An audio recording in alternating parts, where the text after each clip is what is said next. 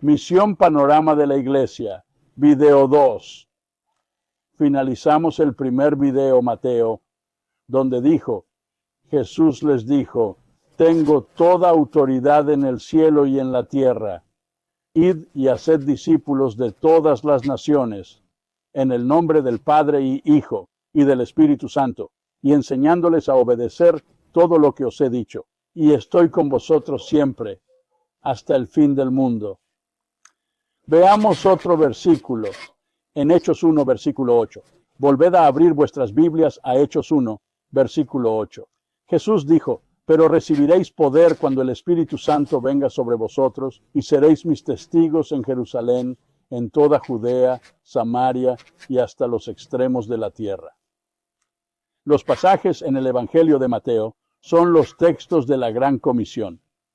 Estos versos están en los 4 evangelios. Y luego leemos algo similar en Hechos. Esa es en realidad la Gran Comisión en Hechos. Lucas escribe este versículo en Hechos, dándonos un esquema para todo el libro aquí en este versículo. La Iglesia debe tomarse esto muy en serio, esta visión de la Gran Comisión. Se menciona 4 veces en los Evangelios y otra vez en Hechos. Ciertamente, la Iglesia primitiva lo vio como esencial. Debemos tomarlo en serio. La misión de la Iglesia es clara, es hacer discípulos de Jesucristo. Y así nuestra misión, a lo que nos dedicamos, en lo que invertimos nuestro tiempo, todos nuestros recursos, nuestros sueños, nuestras metas, todo lo que hacemos, es hacer seguidores de Jesucristo.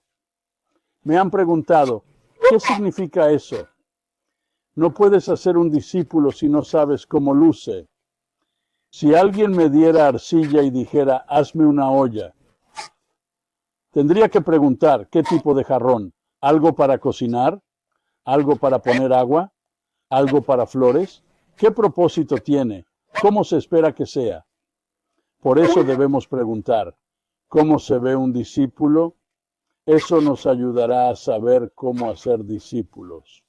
Pasarás más tiempo en ese tema en otro curso, pero para este curso, definimos discípulo así, una persona que ha confesado su pecado y su necesidad de un Salvador, que ha recibido a Cristo como su Salvador y Señor, y ha entregado su vida a Él, y que está intentando vivir en obediencia fiel a la palabra de Dios, creciendo en su relación con Jesús, convirtiéndose cada vez más en Cristo. Voy a repetir eso. Definimos un discípulo así. Una persona que ha confesado su pecado y su necesidad de un Salvador y que ha recibido a Cristo como su Salvador y Señor y ha entregado su vida a Él y que está intentando vivir en obediencia fiel a la palabra de Dios, creciendo en su relación con Jesús, convirtiéndose cada vez más en Cristo. Esto es lo que buscamos hacer. Hacer de alguien que no es un discípulo. Un discípulo. Tomar a alguien que está fuera de la gracia de Dios y de la salvación que tenemos en Cristo y discipularlo a través de la gracia de Dios. Ahora debemos aclarar este punto. No puedo hacer un discípulo en mis propias fuerzas, pero Dios puede emplearme y Dios puede usarte a ti para ayudar a involucrar a otros en el proceso de hacer discípulos, convirtiéndose en discípulos de Cristo. Ahora, debes pensar en la Iglesia como la entidad a través de la cual Dios ha decidido hacer discípulos. Dios nos dio la Iglesia. Y Jesús dijo sobre esta roca, construiré mi Iglesia. La misión de la Iglesia es la misma para ti y para mí. Es hacer discípulos. ¿Cómo hace la Iglesia? ¿Hacer eso? Quiero darte un ejemplo simple para entender la Iglesia y cómo hacer discípulos.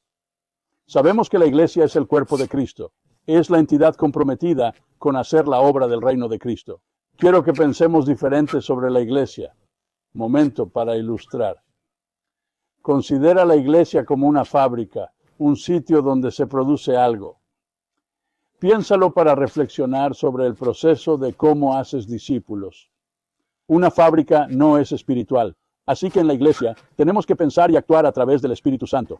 Es a través del Espíritu Santo que todo se hace o debería hacerse en la iglesia. El Espíritu trabaja en la iglesia para hacer discípulos de Jesús y la fábrica no es espiritual. Pero el proceso que veremos se ilustra con una fábrica.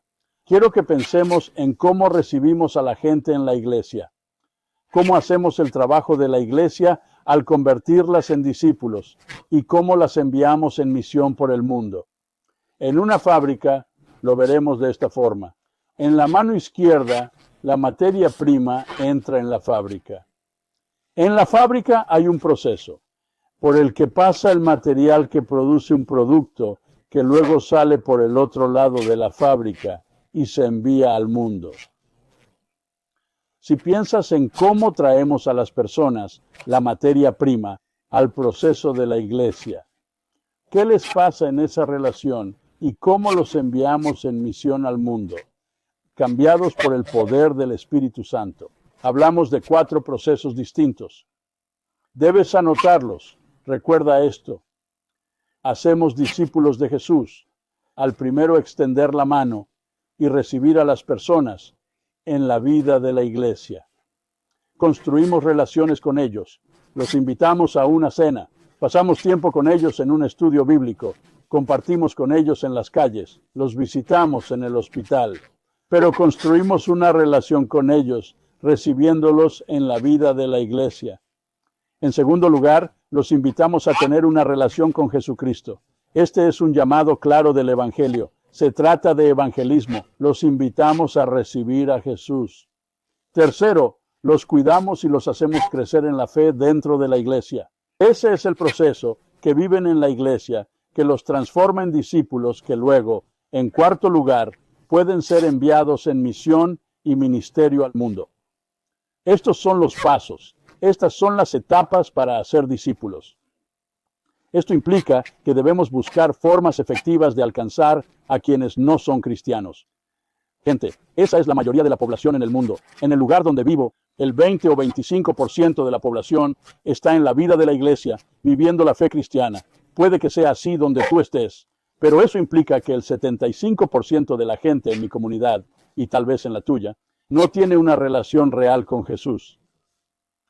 Algunos que ven este video pueden vivir en lugares donde 1% son cristianos, y algunos viven en comunidades donde el 20% son cristianos, o incluso el 50%. Sin embargo, en todas esas comunidades hay miles de personas a nuestro alrededor que todavía no conocen a Cristo. Tenemos que averiguar cómo alcanzar a estas personas, luego cómo llevarlas a una relación con Jesucristo, y después cómo nutrirlas y hacerlas crecer en la fe. Y después, cómo enviarlas en misión y ministerio al mundo para que también hagan discípulos de Jesús.